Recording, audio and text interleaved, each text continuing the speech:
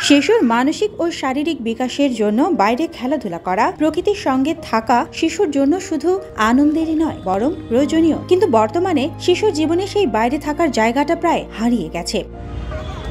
একসময় বিকেল মানেই ছিল মাঠে দৌড়ানো, গাছে চড়া কিংবা দলবদ্ধ হয়ে খেলা করা। কিন্তু এখন সেই সময়টা চলে গেছে মোবাইলের স্ক্রিন, ভিডিও গেম আর ইউটিউবের দখলে। শহরে মাঠ নেই, নিরাপদ জায়গা নেই, আর বাবা মায়ের সময়ও যেন বিলাসিতা।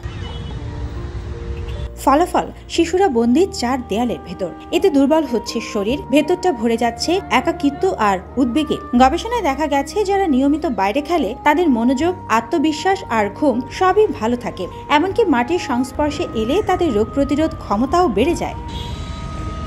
মনোবিজ্ঞানীরা বলেন, দলবদ্ধ খেলাধুলা শিশুকে শেখায় সহযোগিতা, নেতৃত্ব আর হারের পরও উঠে দাঁড়ানোর সাহস। কিন্তু ভার্চুয়াল দুনিয়ায় এসব শেখার কোনো জায়গা নেই। সেখানে রয়েছে শুধু একা থাকা আর কৃত্রিম আনন্দের ভান। তাই এখন প্রশ্ন একটাই, আমরা কি স্ক্রিনের পেছনে দৌড়াতে গিয়ে সন্তানের শৈশবটায় হারিয়ে ফেলছি না? হয়তো এখনই সময় ওদের হাতে মোবাইল নয়, একটা বল তুলে দেওয়ার। সুবর্ণা মেহজাবিন, দেশপাল নিউজ।